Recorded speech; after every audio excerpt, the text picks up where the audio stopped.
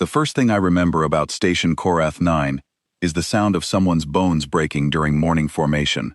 Not mine, not yet, but the wet snap echoed through the drill yard like a warning shot, and every recruit in that line understood the message. This was not a place that cared about you. This was a place that consumed you, and if you survived long enough, it called you a soldier. I should not have been there. I knew that. Everyone knew that. My name is Vili, and I am Solani, which in the language of military recruitment means I am small, I am soft-shelled, and I am a political gesture dressed in a uniform 2 sizes too large. The Solani Republic needed representation at the Galactic Joint Military Training Academy, and I was expendable enough to send. My government filed the paperwork, issued me standard-grade equipment that was already outdated, and told me to make them proud. They did not expect me to last a full rotation. The Academy operated on Station Korath 9, a massive orbital platform hanging in the dead space between 3 contested systems. It trained soldiers from dozens of species for joint operations, and its reputation was built on one simple principle. Those who graduated could survive anything. Those who did not graduate were not spoken of again. It was prestigious the way a scar is prestigious. It proved you had suffered something worth surviving. I arrived in the intake cycle with 46 other recruits. Gorvan heavy infantry candidates towered over everyone at nearly 3 meters tall, their dense bone plating catching the overhead lights like dull armor. Kithari reconnaissance specialists moved through the corridors in pairs, their reflective eyes tracking everything with the cold patience of born predators. Drael swarm tacticians clustered in groups of 4, their segmented bodies clicking in subsonic communication that made my inner ears itch. I stood among them like a pebble in a quarry. And then there was the human. She came through the docking gate alone, carrying a single kit bag over one shoulder. No entourage, no diplomatic escort, just a girl from Earth with close-cut dark hair, a jaw that looked like it had been set more than once, and hands that were calloused in patterns I did not recognize. Her name was Mara Voss, and she was the only Class 12 Deathworld recruit in the entire cycle. I did not know what a Deathworld was. Not truly. I had read the classification reports. Earth was a planet of extreme gravity, tectonic instability, atmospheric violence, and an evolutionary history so aggressive that the dominant species had achieved spaceflight, essentially by accident, while trying to build better ways to destroy each other. The galaxy classified such worlds by danger rating. Most habitable planets scored between Class 2 and Class 6. Earth scored a 12, and the committee that rated it reportedly argued it should have been higher. But reading about a death world and standing next to someone who survived one are very different things. Mara moved through the intake hall with a kind of efficiency that unsettled people. She was not aggressive. She was not loud. She simply moved like someone who had spent her entire life in an environment that would kill her if she stopped paying attention. Her eyes never stayed still. They swept every room she entered, cataloging exits, counting bodies, measuring distances. I watched her do it during orientation, and it took me a moment to realize she was not even conscious of the behavior. It was instinct. It was what Earth had built into her. I was sitting alone during the first meal break, trying to eat a nutrient ration that tasted like compressed dust, when she sat down across from me. No introduction, no formality. She just dropped her tray, looked at me, and said, "You look like you are about to pass out. Breathe. I have got you." I did not understand why she said that. I was not in danger. I was simply terrified, which to a human, apparently, looked like the same thing. "I am fine," I told her. "No, you are not," she said. "Your shell plates are pulled in tight and your breathing is shallow. On my planet, we call that a panic response. Different biology, same fear." She pushed a piece of her own ration bar across the table toward me. "Eat something, sugar helps." That was the beginning. Over the next several days, Mara Voss became my shadow. I did not ask for it. I did not understand it. But she positioned herself near me during every drill, every formation, every meal. When we ran the endurance track and my shorter legs fell behind, she matched my pace instead of pushing ahead with the faster recruits. When the barracks inspection officer noted that my bunk arrangement did not meet standard, Mara showed me the correct folding technique 3 times, without a trace of impatience. When a Gorvan recruit shouldered me into a wall during corridor transit and kept walking, Mara stepped in front of him the next day and simply stood there until he went around. She never threatened anyone, she never raised her voice, she just occupied space with a certainty that made larger beings reconsider their choices. "Why do you help me?" I asked her one evening while we cleaned our equipment in the maintenance bay. "We are not the same species, we are not from the same system. You gain nothing from this." Mara looked at me with an expression I could not read. Humans have so many muscles in their faces that their emotions are almost impossible for other species to decode. But I was beginning to learn some of them. This one, I thought, was surprise. "You are serious," she said. "Yes. Billy, you are my friend. I do not need a reason beyond that." I did not know what to say. Among the Solani, alliances are transactional. You support those who can support you in return. Mara was the most capable recruit in our cycle, and I was the least. By any rational calculation, her investment in me was a loss. But humans, I was learning, did not operate on rational calculations. They operated on something deeper, something almost frightening in its intensity. Mara had decided I was her friend, and that decision carried a weight I did not yet comprehend. The days ground forward, training intensified. We learned weapons systems, tactical formations, emergency medical protocols, and close-quarters combat fundamentals. I struggled with nearly everything physical, and excelled at strategy and communication tasks. Mara excelled at everything, but she excelled at combat the way a blade excels at cutting. It was what she was designed for, even if she did not see it that way. The Kiathari recruits recognized it first. They were predators themselves, evolved from pack hunters on a high canopy world, and they could sense another predator's capability the way you could sense temperature. Within 2 weeks, they stopped sitting near Mara during meals. When she entered a room, the Kiathari would shift positions to keep her in their peripheral vision, the way prey animals track a threat without looking directly at it. Mara noticed.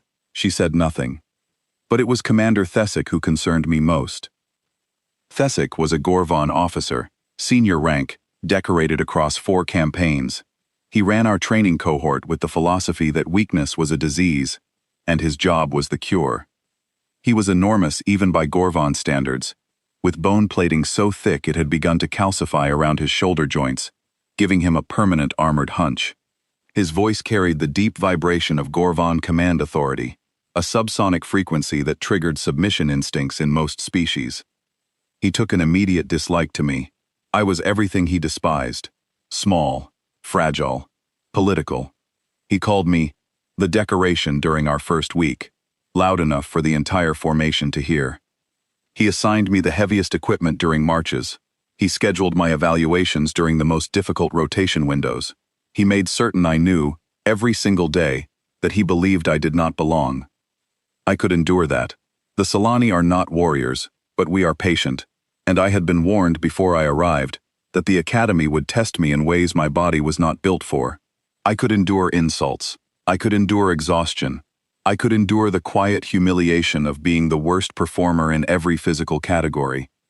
What I could not endure, and what I did not anticipate, was that Commander Thesic was not simply harsh.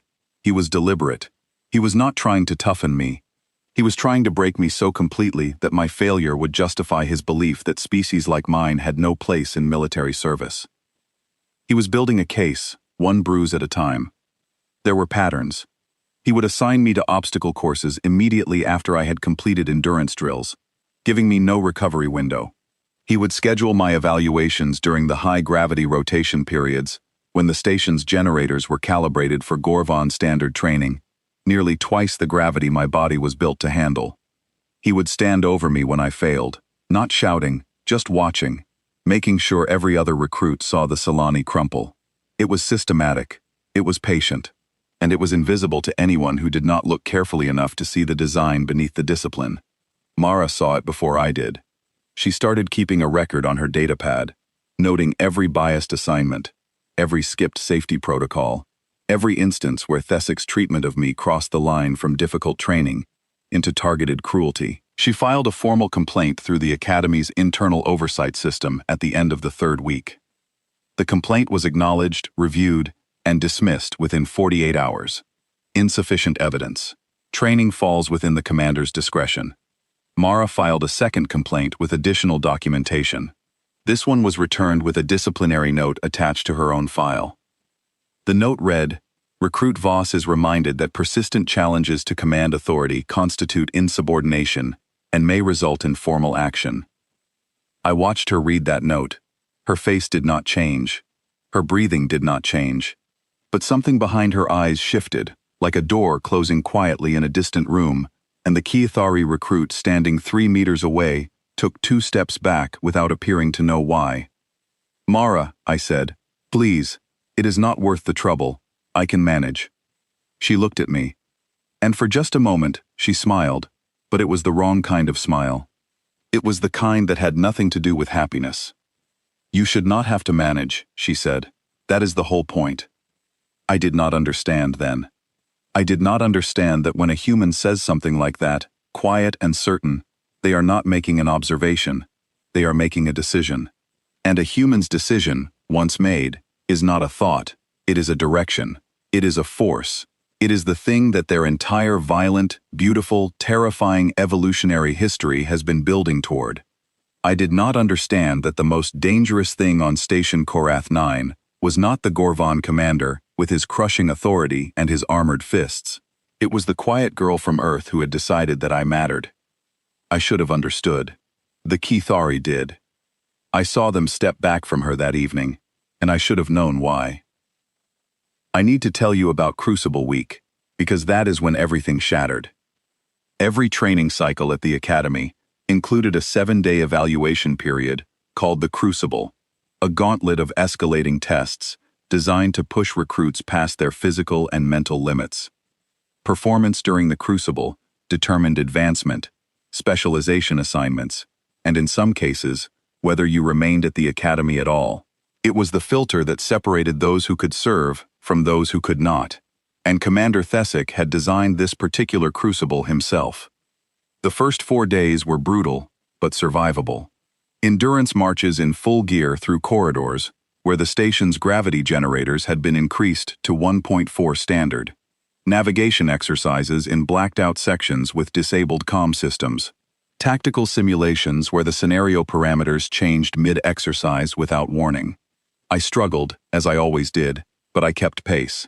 Mara stayed close, and on the rare occasions when the rules allowed partnered work, she compensated for my physical limitations with the kind of effortless precision that made the instructors stop writing on their evaluation tablets and simply watch.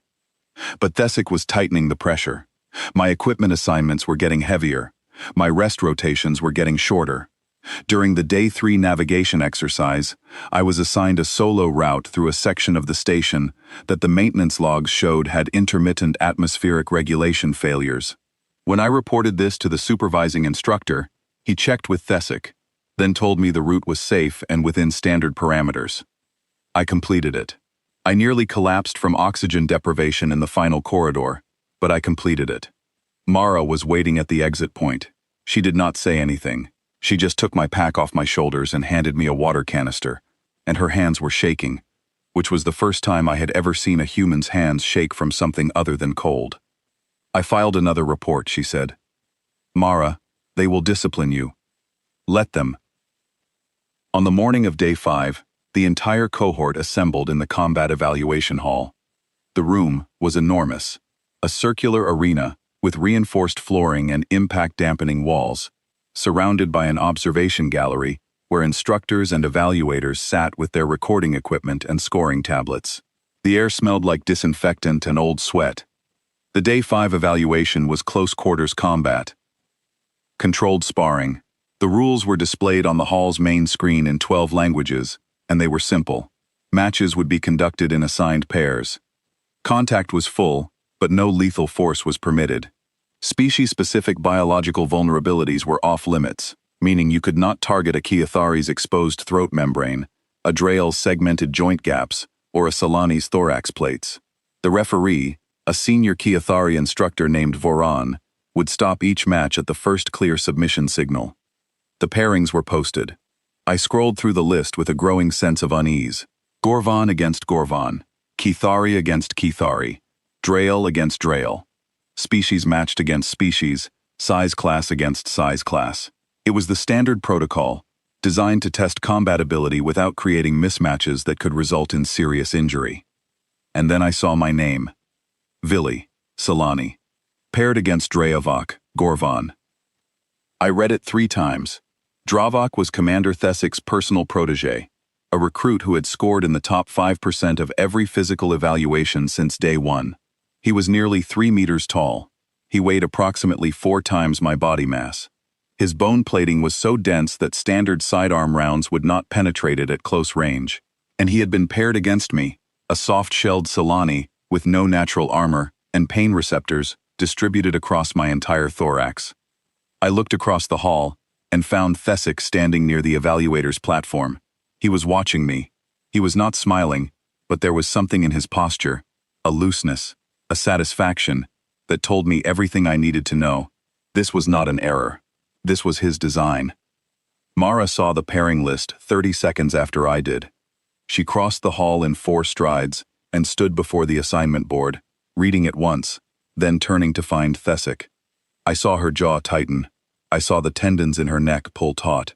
And then she did something I did not expect. She walked to the referee's station, calm and composed, and formally requested a substitution. Recruit Voss requests to take Recruit Vili's assigned match against Recruit Dravok, she said. Her voice was level, professional, perfectly within protocol. Referee Varan looked up from his tablet. He glanced at Thesik, then back at Mara. Request denied, he said. Commander's discretion. Pairings are final. The pairing violates Academy Regulation 14-7, which prohibits combat evaluation matches between species with a mass differential greater than 200% without medical clearance, Mara said. She had the regulation number memorized. She had been waiting for this. Voran hesitated. He checked his tablet. I could see the uncertainty on his face, but then Thesik stepped forward, his massive frame casting a shadow across the referee's station. The regulation permits exceptions when authorized by the supervising commander, Thesik said. His voice was smooth, controlled. I have authorized this pairing. The Solani recruit must demonstrate combat readiness against all potential battlefield opponents, not merely those that match her size. This is a training environment, not a comfort zone. Mara did not move. She did not raise her voice. She said, Recruit Vili weighs 41 kilograms. Recruit Dravok weighs 173 kilograms. This match will result in injury. Then perhaps the Solani Republic should reconsider sending recruits who cannot withstand the standards of this academy, Thesik said. The hall went quiet. Every recruit in that room understood what was happening. This was not a training decision. This was punishment. Thesik was using Dravok as a weapon, and the referees were looking at their tablets and saying nothing. Mara looked at me. I saw something in her face that I will carry with me for the rest of my life. It was not anger. It was something beyond anger, something that burned quieter and hotter, like a star collapsing into itself before it detonates. She held my gaze for 3 seconds, and in those 3 seconds, I understood that she was making a calculation that had nothing to do with regulations or protocols or any system that the galaxy had built. But the match was called, and I stepped into the ring. Dravok stood across from me, rolling his massive shoulders. He did not look enthusiastic about the pairing, but he did not look troubled by it either. He was a soldier following orders, and his orders came from Thesik. He would do what was expected of him. Referee Voran signaled the start. Dravok advanced. I will not describe what followed in detail, because I cannot remember most of it clearly.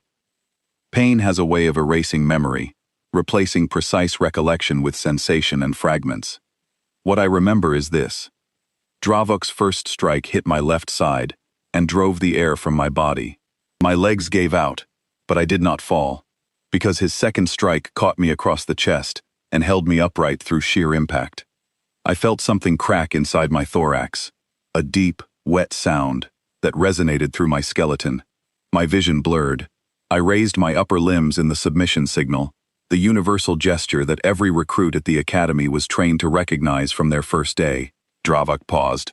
He looked toward the referee. Voron looked toward Thesic. Thesic stood with his arms crossed, his weight settled back on his heels, and he did not signal. The match continued. Dravok hit me again, lower this time, targeting my central thorax where the shell plates are thinnest. I heard the crack this time, sharp and distinct, and the pain was so immediate and so total that my entire body seized. My secondary air sac ruptured, collapsing inward and sending a cascade of pressure through my respiratory system that made every breath feel like inhaling broken glass. I submitted again, both upper limbs raised. The signal was clear. Every species in that room recognized it. Thesic did not signal. Dravok hit me once more. My thorax plates buckled inward. Nerve clusters that ran along my lower body fired in patterns that my brain could not process, sending waves of burning numbness down through my limbs until I could not feel my legs at all. I hit the floor. I could not move. I could not breathe properly. My vision was narrowing to a single bright point, and through that shrinking tunnel, I saw the observation gallery, the faces of 45 recruits watching, and among them, Mara. She was on her feet. 2 instructors had moved to either side of her, their hands on her arms. She was not struggling. She was perfectly still, her eyes locked on Thesic, and her mouth was open, and she was making a sound.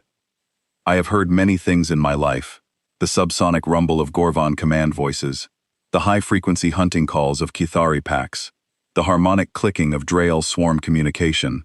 But the sound Mara Voss made in that moment was something I had never heard from any species on any world. It was not a scream, it was not a word. It was a raw, tearing vocalization that came from somewhere inside her that no civilized species should have needed to access. A sound that belonged to a time before language, before thought, before anything except the desperate, furious need to protect. The Kithari instructors flinched. One of them released Mara's arm involuntarily. She lunged forward 2 steps before the second instructor caught her, and it took both of them, 2 trained Kithari handlers, to hold a single human female in place. Thesic finally signaled the end of the match. The hall was silent.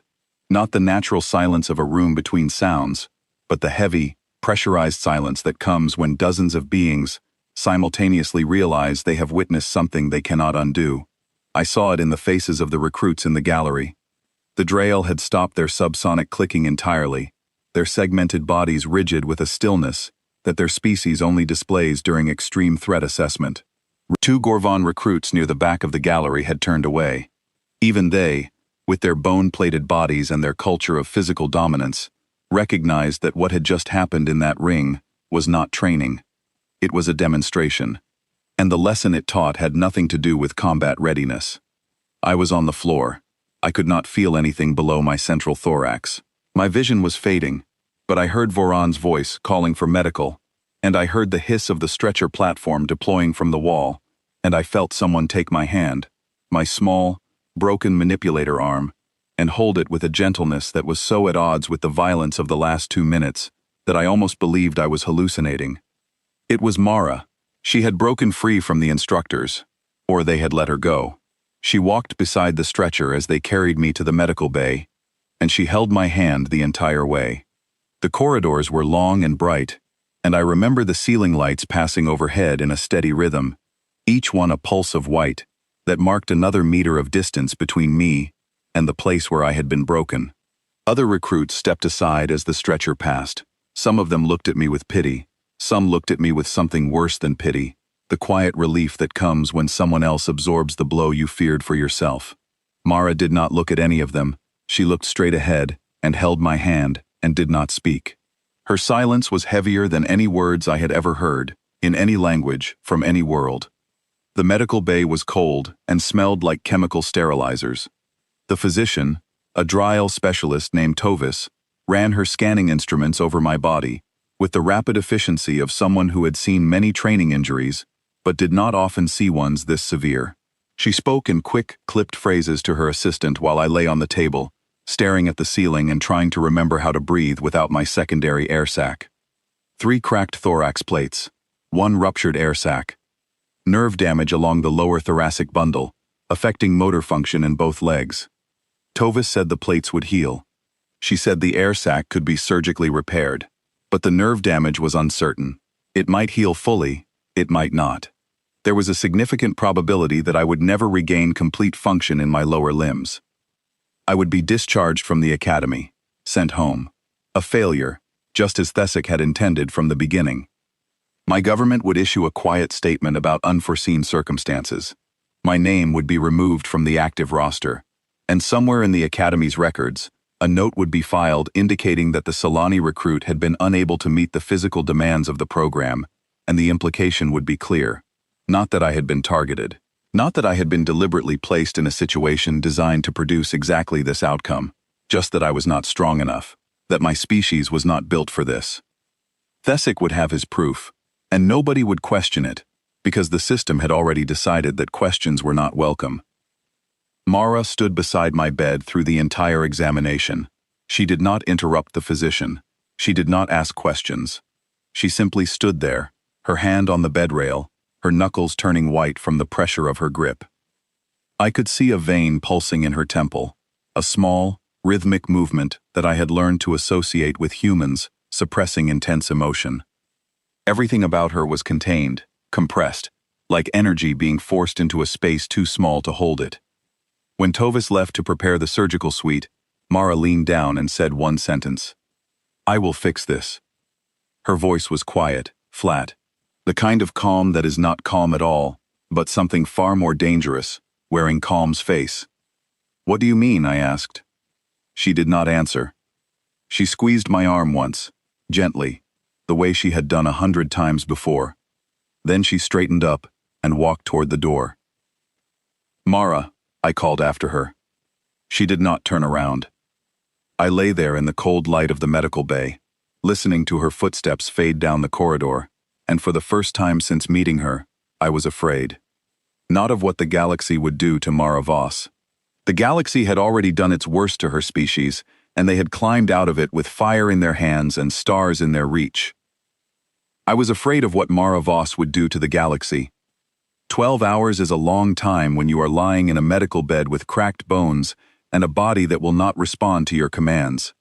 12 hours is long enough to replay every moment of the match, every impact, every crack, until the memory becomes less a recording and more a bruise that you press against over and over, because you cannot stop yourself. 12 hours is long enough to wonder if your friend has done something that cannot be undone.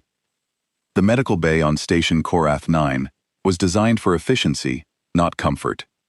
8 beds arranged in 2 rows, separated by thin curtains that provided the illusion of privacy without any of its substance. Monitoring equipment lined the walls, clicking and humming with the rhythmic indifference of machines that do not care who they are measuring, only that the measurements continue. The overhead lights were set to a permanent half-brightness that was supposed to promote healing, but instead created a gray, shadowless environment where time lost all meaning. I could not move my legs. The nerve damage had settled into a deep, buzzing numbness that was somehow worse than pain, because pain at least confirmed that the nerves were still functioning. This was absence.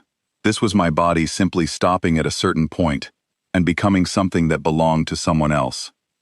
Physician Tovis had completed the emergency repair on my ruptured air sac and stabilized my cracked thorax plates with biocomposite patches. She told me the immediate danger had passed. She told me to rest. She did not tell me whether I would walk normally again, and I did not ask, because I was not ready to hear the answer. What I was ready for, what I was desperate for, was information about Mara. She had left the medical bay 12 hours ago with a sentence and a silence, and since then, nothing. No visit. No message through the station's internal communication system. No word from anyone about where she was or what she was doing. The absence of information was its own kind of injury, and it was one I could not treat by lying still and waiting. The first fragment came from a nurse, a young Solani named Prel, who was assigned to the night rotation. She came to check my vitals 4 hours after Mara left, and her movements were quicker than usual, her attention divided between her instruments and the door. "Has something happened?" I asked. Prel adjusted a sensor on my monitor. "I am not supposed to discuss operational matters with patients." "Prel, please." She hesitated. Then, quietly, "Your human filed a formal brutality report with the Academy Oversight Office. Full documentation, medical scans, match recording, the denied substitution request, everything." A brutality report, that was different from the complaints Mara had filed before. A brutality report triggered a mandatory investigation. It went above Thessic's authority, directly to the station's oversight officer, a position specifically designed to be independent of the training command structure. "What happened?" I asked. The oversight officer reviewed the report. Prell paused. Her hands stopped moving on the instruments. He forwarded it to Commander Thessic for internal resolution. I stared at her. "He sent it back to Thessic?" "Standard procedure," Prell said, but her voice carried the particular flatness that Solani use when they are saying words they do not believe. The oversight officer determined that the matter fell within the training commander's operational authority and recommended internal review. I understood. I understood completely.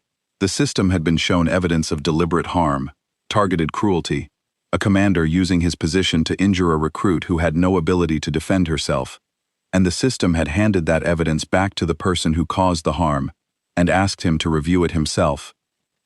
The system was not broken. The system was working exactly as it was designed to work. It protected its own. "Where is Mara now?" I asked. Prell shook her head. "I do not know. She was seen leaving the oversight office approximately 6 hours ago. After that, I have not heard anything."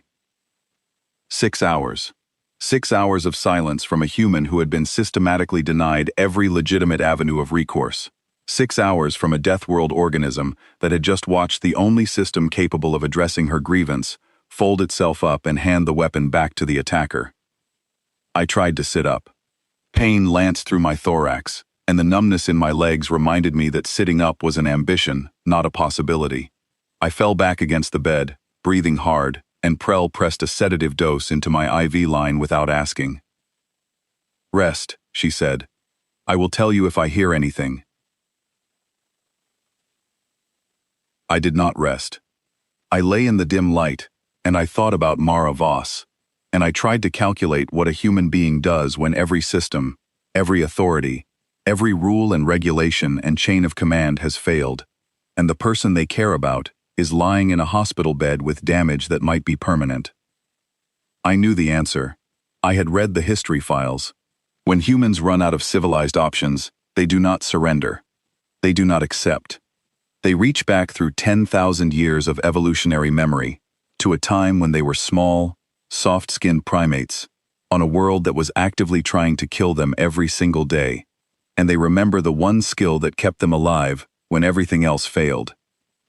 They become the most dangerous thing in the room. The second fragment came from Soril, the Kithari recruit who bunked 3 rows from Mara in the barracks. Soril came to the medical bay during the 8th hour, ostensibly to check on me, but really, I think, because she needed to tell someone what she had seen, and I was the only person who would understand why it mattered. Soril's reflective eyes were wide when she sat beside my bed. Kithari do not show fear easily. Their predator heritage gives them an emotional baseline that most species interpret as permanent composure, but Soril was disturbed, and she did not try to hide it. "Your human came back to the barracks 3 hours ago," she said. "What did she do?" She changed into her combat fatigues. She accessed her locker and retrieved her datapad. She sat on her bunk and studied the station schematics for approximately 40 minutes. Then she did something I have never seen a recruit do. "What?" She removed her tracking beacon. I felt a cold wave move through me that had nothing to do with the temperature of the medical bay. Every recruit at the academy wore a subcutaneous tracking beacon implanted during intake processing. It monitored location, vital signs, and proximity to restricted areas. Removing it was not merely against regulations. Removing it was a court-martial offense. It was the kind of action that ended careers, that resulted in imprisonment, that told the entire military hierarchy that you had moved beyond the boundaries of acceptable behavior and were operating on your own authority. Mara had removed hers. "How?" I asked. The beacons were implanted beneath the skin of the forearm, anchored to the tissue with biocompatible adhesive. Removing one required medical instruments, a steady hand, and a tolerance for pain that most species could not sustain without anesthetic. Sorrel's expression tightened. She used a field knife and a pair of forceps from the barracks first aid kit. She sterilized the blade with the heating element from her canteen. The entire extraction took her less than 2 minutes. She did not make a sound. I stared at Sorrel. 2 minutes. No anesthetic, no sound. A human cutting into her own arm with a field knife, extracting a device anchored to her tissue, and doing it silently enough that the recruits in adjacent bunks did not realize what was happening until they saw the blood on the first aid kit. That was the moment I understood something fundamental about the species from Earth. Their capacity for enduring pain was not a limitation they fought against, it was a resource they deployed. When a human decides that something must be done, and pain stands between them and the doing of it, they do not find a way around the pain. They go through it, and they keep going, and they do not stop until the task is complete or they are physically unable to continue. And even then, their bodies have mechanisms, adrenaline cascades, endorphin releases, psychological compartmentalization, that allow them to continue well past the point where most species would shut down. I tried to stop her, Sorrel continued. I told her she would be expelled. I told her the consequences. What did she say?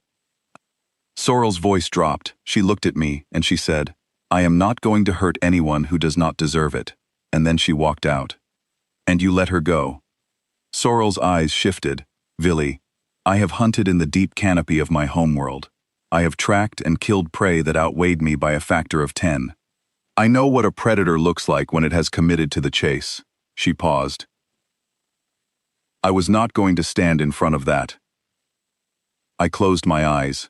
Behind my eyelids, I could see Mara moving through the station corridors, trackless, unmonitored, carrying nothing but her training and a decision that had crystallized into something harder than Gorvon bone plating. I could see her studying the schematics, memorizing security rotation patterns, identifying the gaps and blind spots that every system has, if you look long enough and carefully enough. I understood what she was doing, and I could not stop her. The third fragment came from the station's internal communication system, which began broadcasting emergency alerts during the 11th hour. The first alert was a security notification, a Level 2 breach in the upper ring, restricted zone. Someone had accessed a secured corridor without authorization. The second alert, 9 minutes later, was a medical emergency call. Commander's quarters, upper ring, room 14C. Trauma team requested. Priority immediate. Prell sealed the medical bay doors. She was following protocol, locking down non-essential areas during a security event, but her hands were shaking as she entered the access codes. I lay in my bed and listened to the alerts cycle through the overhead speakers. Security breach. Medical emergency. Security teams to the upper ring. Medical teams to the upper ring. The station's automated voice repeated the information with the detached precision of a system that processed emergencies as data points, not as events that changed the shape of everything around them. 12 minutes after the medical alert, the security notifications stopped. The overhead speakers went quiet. The medical bay was silent, except for the clicking of the monitors and the sound of my own breathing. Then footsteps in the corridor outside, not running, walking, steady, measured, and deliberate. The footsteps of someone who was not fleeing from something, but moving toward something. Prell looked at me from across the bay. Her expression was one I could not read, because it was not an expression I had ever seen on a Solani face before. It was somewhere between awe and terror, and it lived in the narrow space between those two things, where understanding collapses and instinct takes over. "You're human," she said quietly. "She is coming here." The footsteps stopped outside the medical bay door. There was a pause, then the door's access panel chimed, and the lock disengaged, and the door opened. Mara Voss walked in. She was still wearing her combat fatigues. The fabric was dark, standard academy issue, designed to resist staining. But even that fabric could not hide what covered her. It was wet and thick, and a deep, vivid violet, the color of Gorvon blood, and there was so much of it that her uniform glistened under the medical bay's gray lights. None of it was hers. In her right hand, she held something. It was large and heavy, and it hung from her grip with the limp weight of something that was no longer connected to the living system that had powered it. It was gray-plated and massive, and it ended at one end in thick, blunt fingers, and at the other end in a ragged separation point, where bone and tissue and connective fiber had been torn apart by a force that exceeded the structural tolerance of Gorvan anatomy. It was Commander Thesic's arm, the right arm, the arm he had crossed over his chest while he watched Dravok break my thorax plates, the arm he had used to signal that the match should continue when I submitted, the arm that represented his authority, his command, his power over every recruit in his cohort. Mara carried it across the medical bay and laid it on the floor in front of my bed, not thrown, not dropped, laid down, with a deliberateness that made the gesture feel less like violence and more like testimony, like evidence presented before a court that did not yet exist but would. She looked at me. Her breathing was controlled. Steady. The monitors on the wall behind her, the ones that measured ambient biosins of anyone within range, showed her heart rate at only slightly above her normal resting baseline. She was not agitated. She was not in a frenzy. She was calm, in the way that deep water is calm, where the surface is still, but the current underneath can pull down anything that enters. He used this arm to signal that the match should continue, she said. Her voice was quiet, almost conversational. He will not signal anything again. I opened my mouth. No sound came out. I stared at her, at the violet stains on her uniform, at the evidence of what she had done lying on the floor between us like an offering, or a promise, or both. Mara sat down in the chair beside my bed. She looked at my IV line, then at the monitors tracking my vitals, then at the biocomposite patches on my thorax. She reached out and adjusted my blanket, where it had bunched near my shoulder. "Is your pain medication working?" she asked. "You look uncomfortable." She asked it the same way she had asked me to eat a ration bar on our first day.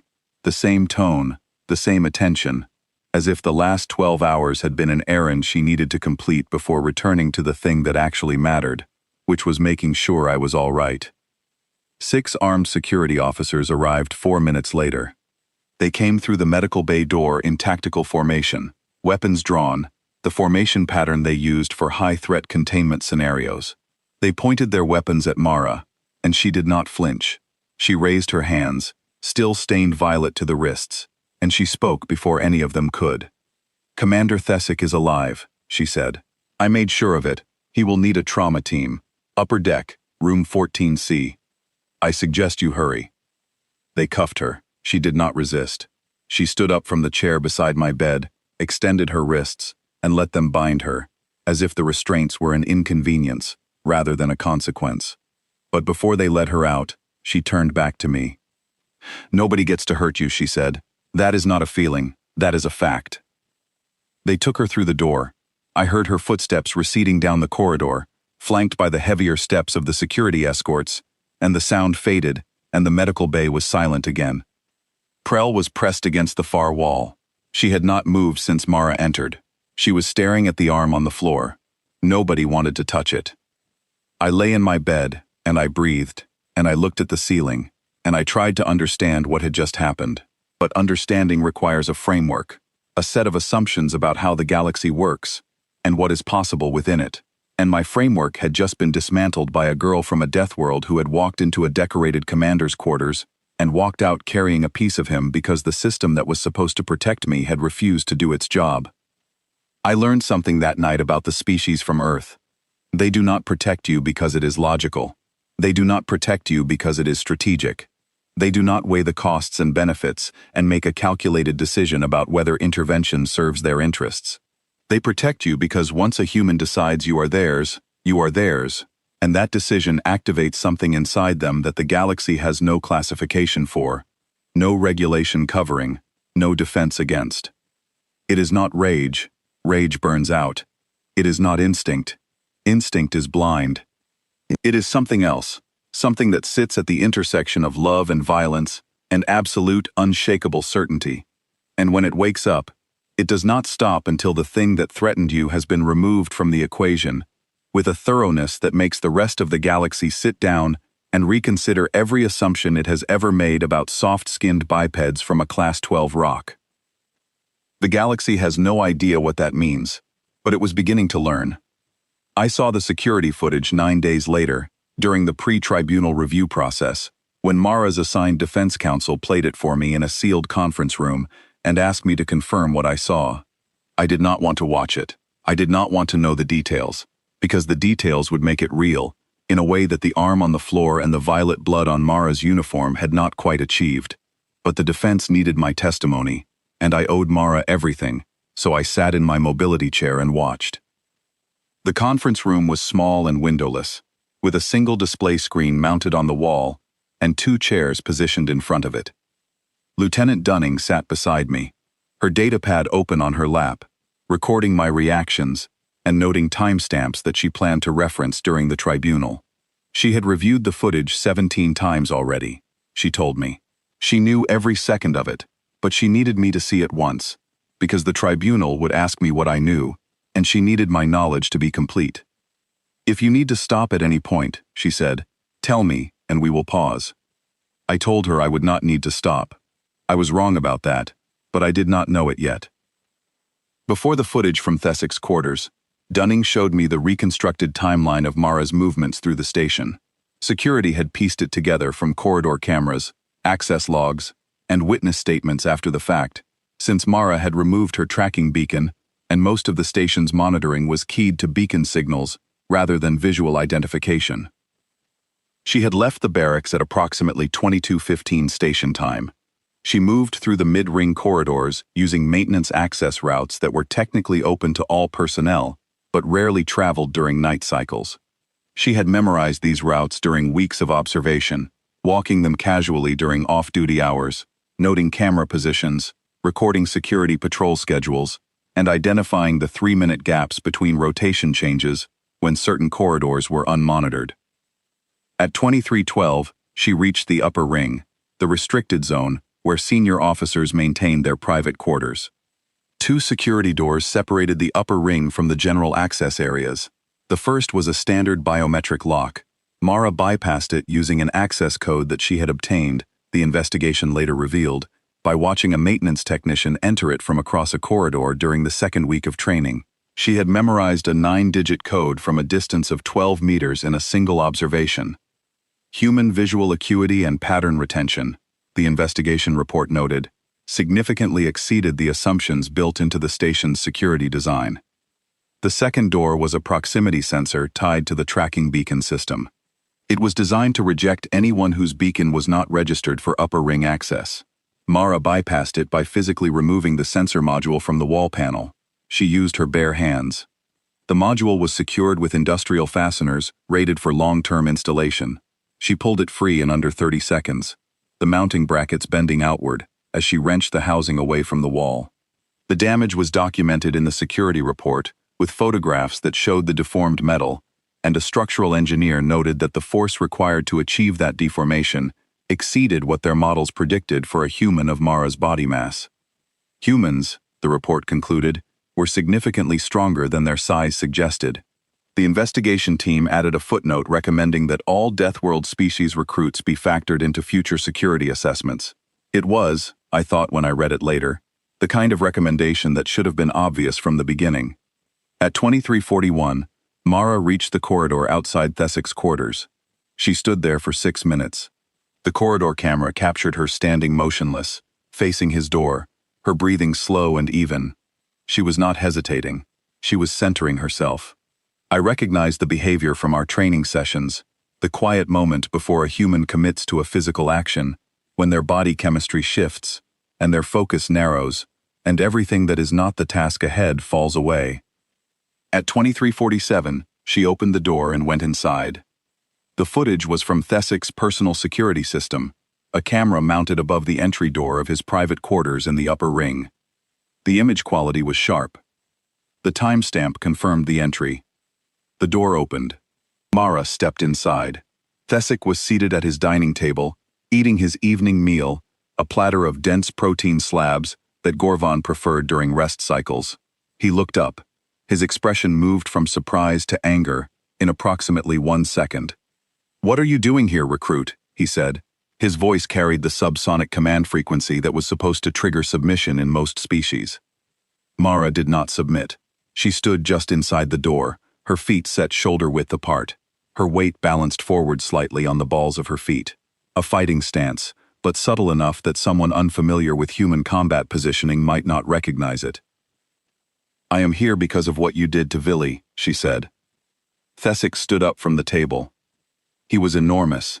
Even on the screen, the size disparity was staggering. Thesic was nearly 3 meters tall and weighed close to 200 kilograms. Mara was maybe 170 centimeters and perhaps 65 kilograms. He outmassed her by a factor of 3. His bone plating was natural armor. His species had evolved for physical dominance on a heavy gravity world. By any reasonable analysis, he should have been the threat in that room. "You broke into my quarters," Thesic said. "You removed your tracking beacon. You have committed offenses that will end your career and likely result in your imprisonment. And for what?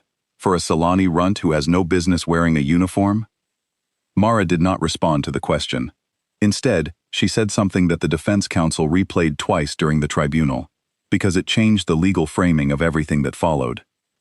"I have exhausted every legal channel available to me. I filed 2 complaints and a formal brutality report. All 3 were dismissed or redirected. The system designed to protect recruits from abusive command authority has failed. I am informing you of this failure before I act." She was giving him notice. She was standing in the room of a Gorvan officer 3 times her size, and she was formally notifying him that the rules no longer applied, not because she had abandoned them, but because every institution responsible for enforcing them had abandoned her first. Thesic laughed. It was a deep, rumbling sound that vibrated the camera slightly. "You think you can threaten me? You are a human. You are nothing but endurance and stubbornness packed into a fragile shell. Your species is a novelty. You do not frighten me." "I am not trying to frighten you," Mara said. "I am trying to be fair." Thesic charged. He crossed the room in 2 strides, his right arm swinging in a wide arc that would have crushed a Solani's entire skeletal structure on impact. It was the standard Gorvan close-quarters opening, a devastating first strike designed to end confrontations before they began. Mara was not there when the arm arrived. She had moved, not backward but laterally, sidestepping the swing with a precision that spoke of hours spent studying Gorvan combat footage. She knew his patterns. She had analyzed his species' fighting mechanics the way she analyzed everything, with the obsessive, methodical thoroughness of a Deathworld predator that survives not through strength, but through preparation. Thesic swung again, and again. Each strike was powerful enough to dent the reinforced wall plating of his quarters, and each strike found empty air where Mara had been a fraction of a second before. She was not dodging randomly. She was moving with purpose, guiding Thesic's momentum into patterns that exhausted his energy while preserving hers, drawing him off balance, letting his own mass work against him. The Gorvan are powerful, but they are not fast. Their bone plating adds weight that slows their movements. Their fighting style relies on overwhelming force delivered in short bursts, and when that force fails to connect, they tire quickly. Thesic was breathing hard within 40 seconds. His swings were getting wider, sloppier. He was burning through his reserves trying to hit something that moved like water. Mara struck for the first time at the 50-second mark. She moved inside his guard during a wide swing, planted her feet, and drove her elbow into the gap between his chest plating and his right shoulder joint. It was a precise, targeted blow, aimed at the one structural weakness in Gorvan upper body armor, the point where the shoulder's bone plate meets the softer connective tissue of the joint capsule. Thesic bellowed. He staggered. His right arm dropped, the joint partially disabled by the impact. Mara did not retreat. She stepped closer, inside his reach, where his size became a disadvantage rather than an asset, and she applied a lock to his damaged shoulder joint that the defense counsel later identified as a modified human grappling technique adapted specifically for Gorvan anatomy. She had studied this. She had prepared for this. Every moment she had spent watching Thesic, analyzing his movements, memorizing his patterns during training sessions, had been building toward this single application. She knew his body better than he did, because she had approached it as a problem to solve, and humans, when they commit to solving a problem, do not stop until the problem is solved. The lock hyperextended Thesic's shoulder beyond its range of motion. The joint began to separate. Thesic screamed, a sound that shook the camera and distorted the audio. He swung his left arm at Mara, connecting with her side. The impact was severe. I saw her body absorb the blow, her ribs flexing inward, and a human physician later confirmed that the strike cracked 2 of her ribs. But she did not release the lock. Humans can sustain injuries that would incapacitate most species and continue functioning. Their pain management systems include massive adrenaline release, endorphin flooding, and a psychological mechanism that the medical literature calls combat focus, in which the conscious mind suppresses pain signals in favor of task completion. Mara's ribs were broken, and she did not let go. She completed the technique in 90 seconds. The shoulder joint failed, and then, with Thesic on the floor, she reached for the ceremonial blade mounted on his wall, a traditional Gorvon officer's weapon that he kept displayed as a symbol of rank, and she completed the separation. I will not describe that part in detail. The footage exists in the tribunal record for anyone who needs to see it. What I will say is that Mara performed the action with the focused efficiency of someone completing a necessary task, not with cruelty, not with satisfaction, but with the grim, unflinching competence of a surgeon removing a damaged component from a system that needed to be repaired. She used Thesic's own blade.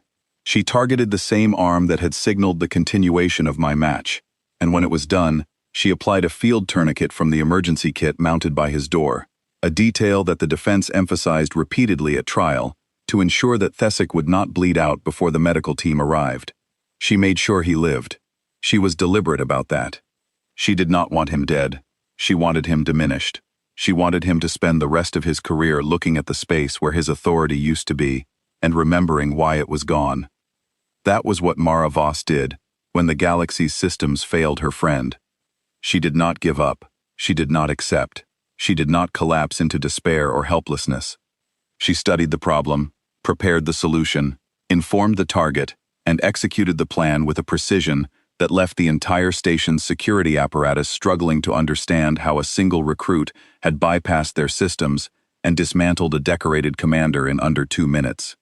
The defense counsel turned off the footage and looked at me. She was a human officer named Lieutenant Claire Dunning, and she had arrived from Earth's embassy within 48 hours of Mara's arrest, accompanied by 2 additional legal advisors and a diplomatic attaché who spoke very quietly and carried credentials that made station security officers stand straighter when he entered a room. The room was quiet. The screen was dark. I realized I was gripping the armrests of my mobility chair hard enough that my manipulator arms were aching, and I forced myself to let go. "I understand if you need a moment," Dunning said. "I do not need a moment," I said, though that was not entirely true. "I need to know what happens next." Dunning closed her datapad and folded her hands. "The tribunal convenes in 12 days. The prosecution will present the charges and the evidence, which is straightforward, because the facts are not in dispute. What is in dispute is the context. Why Mara did what she did, what led her to that point, and whether the systems that were supposed to prevent a situation like this bear any responsibility for its outcome. Do they? That is what I intend to demonstrate." She paused. "I need your testimony, Villy. Not just what happened during the match. I need your account of every interaction with Thesic, every denied complaint, every biased assignment. I need the tribunal to understand that what Mara did was not the beginning of this story. It was the end." I thought about that, the end. As if the weeks of targeted cruelty, the escalating abuse, the failed complaints, and the rigged match were chapters in a narrative that had been building toward a conclusion that nobody wanted, but everybody had made possible. Thesic had built the conditions. The Academy had maintained them. The oversight system had protected them. And Mara had walked into those conditions and done the only thing that her nature, her history, her entire evolutionary inheritance allowed her to do when someone she cared about was being destroyed in front of her. "I need to know," Lieutenant Dunning said, "whether you are willing to testify on Mara's behalf at the tribunal." I looked at her. My legs were still numb. My thorax still ached beneath the biocomposite patches. My career at the Academy was over. My government would recall me as a failed experiment, and the one person in the entire galaxy who had treated me as something more than a political gesture was sitting in a detention cell because she had refused to let the system's failure be my problem. "Tell me when and where," I said. "I will be there." The tribunal convened 3 weeks after the incident, in the main assembly hall of Station Korath 9. It was the largest enclosed space on the station, designed to hold full cohort ceremonies and senior command briefings, and on the day of the hearing, it was filled beyond its standard capacity. I entered in my mobility chair, guided by Prell, who had volunteered to accompany me as a medical attendant. The hall was arranged in a formal judicial configuration, with a raised bench for the 3-member tribunal panel at the front, prosecution and defense tables below, and tiered gallery seating for observers. Every seat was occupied. Recruits, instructors, station personnel, diplomatic representatives from at least 9 species delegations, and in the far corner, a cluster of recording equipment operated by galactic news services that had been filing requests for access since the story broke. A human tore the arm off a decorated Gorvan commander inside a military training academy. The story had spread across 12 systems in under a week. Opinion was divided sharply along species lines. The Gorvan Diplomatic Corps was demanding maximum punishment. Several smaller species delegations, including the Solani, had issued statements of cautious support. Earth's diplomatic service had deployed its most experienced military legal team and was treating the case as a matter of species-level precedent. Mara was brought in under guard. She wore standard detention clothing, plain gray, and her wrists were bound in front of her with restraints that seemed almost ornamental, given what the gallery knew she was capable of. She walked with a slight stiffness that I recognized as the lingering effect of her cracked ribs, but her posture was straight, and her expression was composed. She looked like someone attending an inconvenient appointment, rather than facing charges that could result in decades of imprisonment. She saw me as she was led to the defense table. Our eyes met across the hall, and she gave me a small nod, barely a movement, just a slight dip of her chin that carried more meaning than any formal gesture I had ever received from any diplomat or commander or government official in my entire life. It said, "I am still here. I would do it again." I nodded back. My throat was tight. The tribunal panel consisted of 3 senior officers from 3 different species. A Drael strategic commander named Kephis served as the presiding judge. A Kithari tactical officer named Vareen sat to his left. And on the right, in a decision that had generated significant debate during the panel selection process, a human rear admiral named Philip Grant, assigned to the station's Joint Operations Command, who had been deemed acceptable to both prosecution and defense as a species representative counterbalance. The charges were read: unauthorized removal of a tracking beacon, breach of a restricted zone, aggravated assault on a superior officer, willful maiming of a superior officer. Each charge was serious on its own. Together, they carried a combined maximum sentence of 40 years imprisonment and permanent exile from all galactic military institutions. The prosecution presented its case first. The prosecutor was a Gorvan legal officer named Thesser, who shared both species and, I suspected, sympathies with the injured commander. Thesser was methodical and effective. He presented the security footage. He presented the medical reports documenting Thesic's injuries, the separated limb, the tissue damage, the ongoing rehabilitation that the best Gorvan surgeons estimated would take years and might never fully restore function. He presented testimony from the security officers who had responded to the breach, describing what they found in Thesic's quarters and the trail of evidence leading to the medical bay.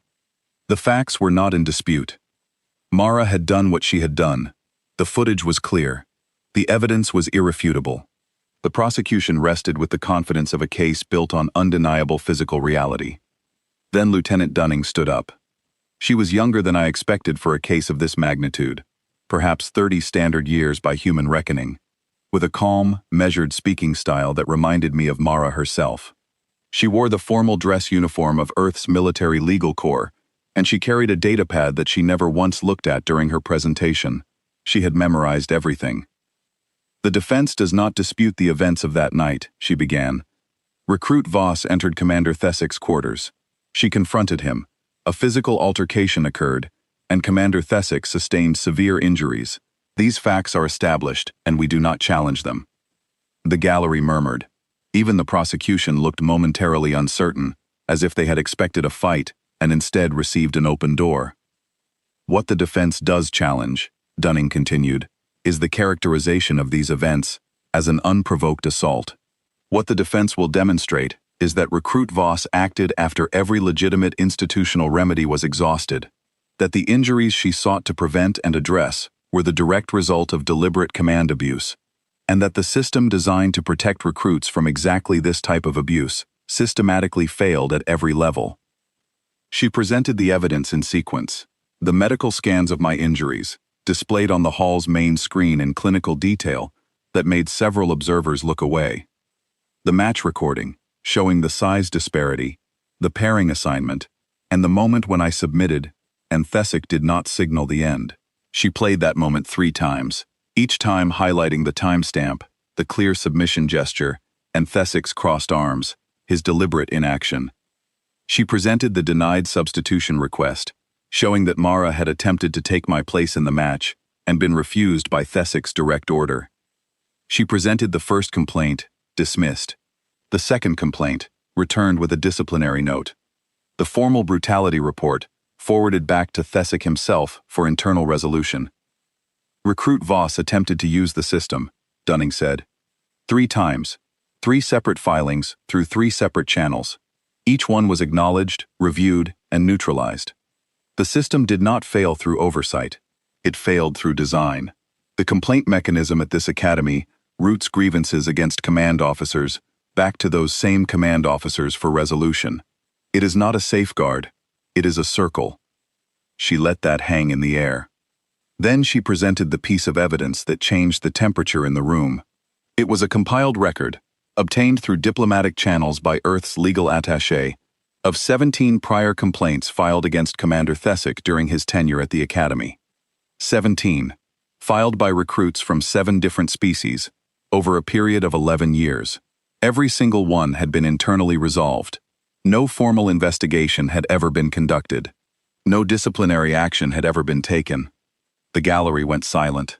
The tribunal panel members reviewed the document on their individual screens, and I watched Kefis, the Drail presiding judge, tap through the pages with increasing speed, his segmented body clicking in the subsonic pattern that Drail use when they are processing information they find deeply troubling.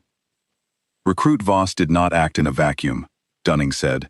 She acted in a system that had protected Commander Thesic from accountability for over a decade, a system that had allowed him to target vulnerable recruits without consequence, and that actively punished those who attempted to report his behavior. Under Earth's Unified Military Code, Article 7, Section 12, a service member has a duty to protect a fellow soldier when the chain of command has demonstrably failed to provide that protection. This is not a loophole. It is a foundational principle. When the system cannot protect, the soldier must. The Gorvan delegation erupted. 3 representatives stood simultaneously, objecting to the application of Earth's military code to a galactic institution. Presiding Judge Kefis restored order with a sharp click burst that overrode the hall's audio system, and the objection was noted, but overruled, on the grounds that species-specific legal frameworks were admissible as contextual reference during joint jurisdiction proceedings. Dunning called me as a witness. Prell wheeled my mobility chair to the testimony platform, and I faced the tribunal panel and the gallery and the recording equipment and the hundreds of eyes, biological and electronic, that were focused on me. My thorax ached. My legs were still numb below the knee. I was the smallest person in the room, and I was about to speak about the largest thing that had ever happened to me. The questions were straightforward. Dunning asked me to describe my experience at the Academy, the escalating treatment from Thesic, the match against Dravok, the injuries I sustained, and the events in the medical bay afterward. I answered each question clearly and completely, in the simple, direct language that the Solani are trained to use in diplomatic proceedings. I did not exaggerate. I did not minimize. I told the truth, because the truth was sufficient. When the prosecution cross-examined me, Thesser asked whether I believed Mara's actions were justified. I thought about the question. I thought about the arm on the floor. I thought about Mara adjusting my blanket while covered in another person's blood. I thought about the 17 complaints that had been filed and buried over 11 years. The unknown number of recruits who had been injured or broken or sent home because the system that was supposed to protect them had decided that protecting them was less important than protecting the commander who was hurting them. I believe, I said, that every system Recruit Voss trusted to protect me chose not to. I believe she gave those systems every opportunity to work. I believe that when they failed, she made a decision that no one in this room can fully understand unless they have been the person lying on a medical bed, wondering if they will ever walk again, knowing that the person who put them there will face no consequences. I paused. The hall was silent. Was it justified? I do not know. I am not a legal scholar, but I know that I am alive, and I am healing, because someone in this galaxy decided that my safety was worth more than their career, their freedom, and their future. And I know that no system, no regulation, no chain of command did the same. The cross-examination ended. I was wheeled back to my position in the gallery. Commander Thesic testified via hololink from the medical facility where he was undergoing rehabilitation. His arm had been partially regenerated. The Gorvan's dense biology allowed for limited regrowth of severed limbs, but it remained non-functional, and the prognosis for full recovery was uncertain. He appeared on the screen in a medical gown, his right side diminished, the empty sleeve pinned neatly against his chest. Under questioning from Dunning, Thesic's composure began to fracture. She asked him about the match pairing. He called it unconventional, but within parameters. She asked him about the denied substitution. He cited regulation. She asked him about the moment when I submitted, and he did not signal the end of the match. He said he was assessing the situation. You were assessing the situation, Dunning repeated. For how many seconds? I do not recall precisely. The recording shows 14 seconds between the first submission signal and the end of the match. During those 14 seconds, Recruit Villy sustained a ruptured air sac and nerve damage that may be permanent. Were you assessing the situation for all 14 of those seconds, Commander? Thesic did not answer. Dunning asked about the 17 prior complaints. Thesic said he was not aware of the specific number. Dunning asked if he had been aware that complaints existed. He said training environments generate complaints, and that context matters. The context, Dunning said, is that 17 recruits from 7 species filed reports of abusive treatment under your command, and not a single investigation was conducted. Does that context satisfy you, Commander? The hololink flickered. Thesic's jaw was tight. He did not answer. The tribunal panel deliberated for 6 hours. The gallery remained seated. Nobody left. The air in the hall grew warm and stale, and still nobody moved, because everyone in that room understood that the verdict would echo far beyond Station Korath 9. It would set precedent. It would tell the galaxy what happened when a Deathworld human defended someone the system had abandoned. The panel returned. Presiding Judge Kefis read the verdict. On the charge of unauthorized removal of a tracking beacon, guilty. On the charge of breach of a restricted zone, guilty.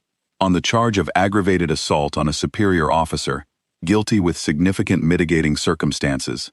On the charge of willful maiming of a superior officer, guilty with significant mitigating circumstances. The gallery held its breath. Sentence: time served and formal reprimand. No imprisonment, no exile, no discharge from military service. The tribunal noted, in its written decision, that systemic failures in the Academy's complaint resolution process had created conditions that provoked the incident, and that the defendant had demonstrated a pattern of exhausting legitimate remedies before resorting to direct action. The Gorvan delegation walked out. Their footsteps echoed through the hall like a statement of their own.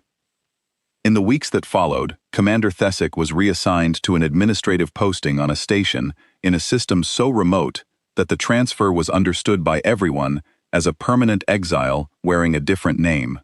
Recruit Dravok was expelled from the Academy for his role in the match, specifically for continuing to strike after a clear submission signal. Referee Voron was placed under review. The Academy's complaint resolution system was restructured by mandate of the Galactic Joint Operations Oversight Board, requiring all reports of command abuse to be investigated by independent panels, with no reporting relationship to the accused officer. The 17 prior complaints were reopened. Investigators were assigned. Former recruits from Thessic's earlier cohorts were contacted and interviewed. The process would take months, perhaps years. But the files were open. For the first time in over a decade, someone was looking. And Mara Voss walked out of detention with a formal reprimand on her record, and cracked ribs that were already healing, because humans heal from almost everything, given time. I found her on the observation deck on the evening of her release. It was a wide, curved platform on the station's outer ring, with transparent panels that looked out into the deep black. Stars scattered across the view like scattered light on dark water, and the distant nebulae painted soft colors at the edges of vision. It was the quietest place on the station, and Mara was sitting on the floor with her back against the wall, looking out at all of it. I guided my mobility chair beside her and lowered the seat until we were at the same level. We sat together in silence for a long time, the kind of silence that does not need to be filled because it is already full. "My nerve function is improving," I said eventually. "Physician Tovis says the regeneration markers are positive. It will take time, but she believes I will walk normally again." Mara nodded. She did not smile, but something in her shoulders released, a tension I had not realized she was carrying, and she closed her eyes for a moment. "Good," she said. "That is good. My government has not recalled me," I continued. "The Solani delegation submitted a statement during the tribunal. They formally thanked you for defending a citizen of the Republic." Mara opened her eyes.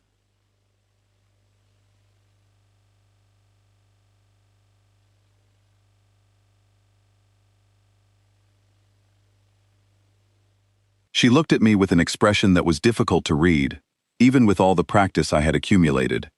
"They thanked me?" The exact words were, "The Solani Republic acknowledges and appreciates Recruit Voss's actions in defense of our citizen, undertaken when the Academy's own institutional protections proved insufficient." It was entered into the official record. Mara was quiet for a moment, then she said, "That is a very diplomatic way of saying, thank you for doing what we could not." "Yes," I said. "We are very good at diplomatic phrasing."